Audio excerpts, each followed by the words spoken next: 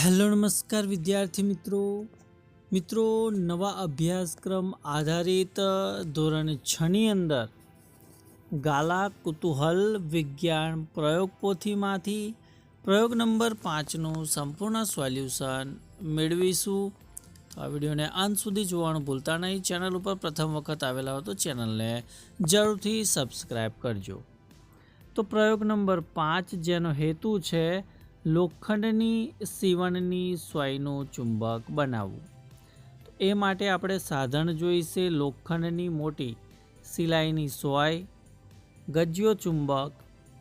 ત્યારબાદ અહીંયા જે આકૃતિ છે એ આકૃતિ તમે અહીંયા જોઈ શકો છો। આ જ મુજબની આકૃતિ તમારે અહીંયા બાજુમાં પેન્સિલ વડે દોરવાની છે। ત્યારબાદ આ પ્રયોગ આપણે કેવી રીતે કરીશું એની સૌપ્રથમ આપણે પદ્ધતિની વાત કરી લઈએ। તો સૌપ્રથમ એક લોખંડની સોય લો, લોખંડની મોટી સિલાઈની સોયને ટેબલ પર મૂકો, એક હાથમાં ગજિયો ચુંબક લો, ચુંબકના કોઈ એક ધ્રુવ એટલે ઉત્તર અથવા દક્ષિણ ધ્રુવને સોયના એક છેડેથી બીજા છેડા સુધી એક જ દિશામાં ઘસવાનું છે।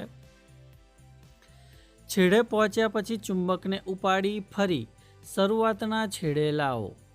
આ પ્રક્રિયા એક જ ધ્રુવથી અને એક જ દિશામાં લગભગ 30થી 40 વખત પુનરાવર્તિત કરવાની છે। ત્યારબાદ સોયને લોખંડના ભૂકા અથવા તો બીજી સિલાઈની સોય નજીક લાવી અને આપણે એની તપાસ કરવાની છે। તો આ પ્રયોગ આધારિત અવલોકન જોઈએ। તો આ પ્રયોગ પરથી અવલોકન કરી શકાય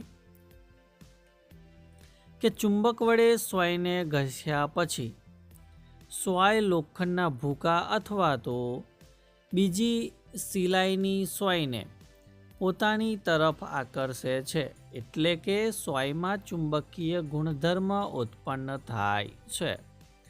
તો આ પ્રયોગ પરથી આપણે નિર્ણય તારવી શકીએ કે લોખંડની સિલાઈની સોયને ગજિયા ચુંબકથી એક જ દિશામાં વારંવાર ઘસવાથી તે ચુંબક બની જાય છે। જ્ઞાન ચકાસણી આધારિત પ્રશ્નોના ઉત્તર જોઈએ। એમાં પહેલો પ્રશ્ન કે હોકાયંત્રની સોય કઈ દિશા દર્શાવે છે? તો જવાબ આવશે ઉત્તર દક્ષિણ દિશા દર્શાવે છે। બીજો પ્રશ્ન કે ગજિયા ચુંબકને છૂટથી ફરી શકે તેમ લટકાવતા તેનું દક્ષિણ ધ્રુવ કઈ દિશામાં સ્થિર થાય છે? તો જવાબ આવશે દક્ષિણ દિશામાં।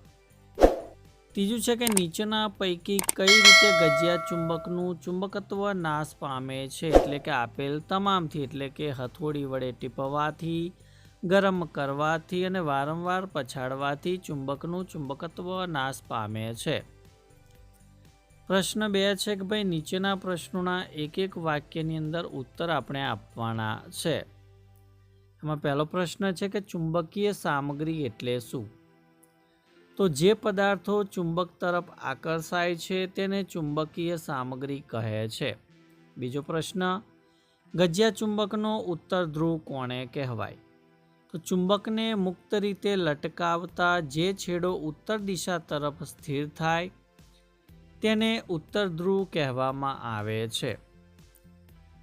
ત્રીજો પ્રશ્ન કે બે ચુંબકો વચ્ચે અપાકર્ષણ ક્યારે થાય છે?